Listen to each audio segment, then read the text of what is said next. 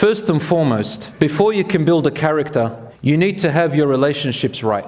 And the first relationship we need to have is the relationship with Allah subhanahu wa ta'ala. If that is not there, you have no foundation.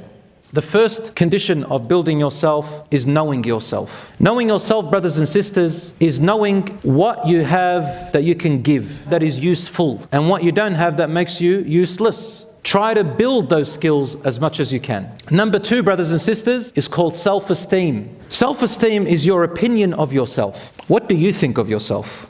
Don't amplify yourself by reducing others, and don't reduce yourself by amplifying others. Be balanced. Number three is confidence, or overconfidence, or underconfidence, and there is the mature side, so it's got to do with confidence. What is confidence? In order for you to know yourself that you are confident, you need two things. You need to feel that you can do that thing. And number two, you need to know that you have the ability to do that thing. Ability and feeling. That is confidence. To be mature means that you know you do not have the ability to do it, and you feel that you can't do it.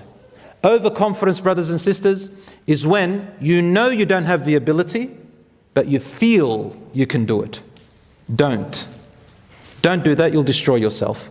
And the last one is called underconfidence. Underconfidence is when you know you have the ability, and when it comes the time to implement it, you don't feel you have the ability. And this is what Rasulullah said, فَلَا تَعْجَزْ. Rely on Allah and go forward, be brave as much as you can. We move on to the fourth one. Now this is something that I see a lot of people neglect. Self-management and discipline. Islam teaches us, get your priorities right. Have time management. Make a time for everything. Don't just use your time and waste it on everything. No. Number five, a person who builds himself or herself must be okay with constructive criticism. You will not learn unless you accept what people say. Sometimes they're rude. Sometimes they're polite. What you got to do, a strong person is able to sift through the emotions and take what benefits you.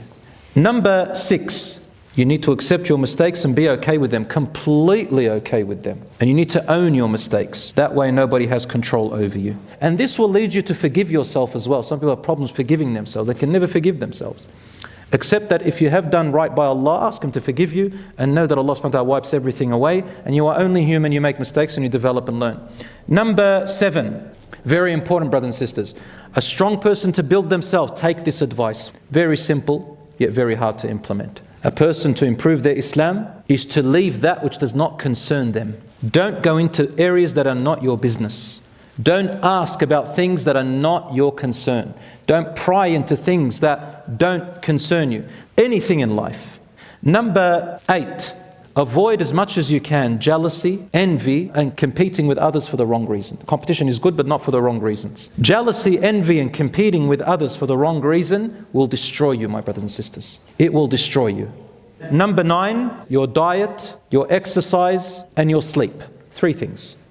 All of these are in the Sunnah. Your diet can make a difference in your energy levels, your esteem, how you feel, your moods, and your health. Your exercise. Rasulullah used to exercise every day. And the way we sleep, monitor your sleep. Some people, they stay up all night and then they sleep late. Even if you get your 10 hours, it's not enough. You need to sleep early. Moving to the last one, sticking to your rights and your boundaries. How do you know you have a healthy, strong personality? It's when you know your rights, you know other people's rights, you know your boundaries, and you let people know your boundaries, and you know other people's boundaries, and you don't transgress the boundaries. So brothers and sisters, this is a strong person, inshaAllah ta'ala.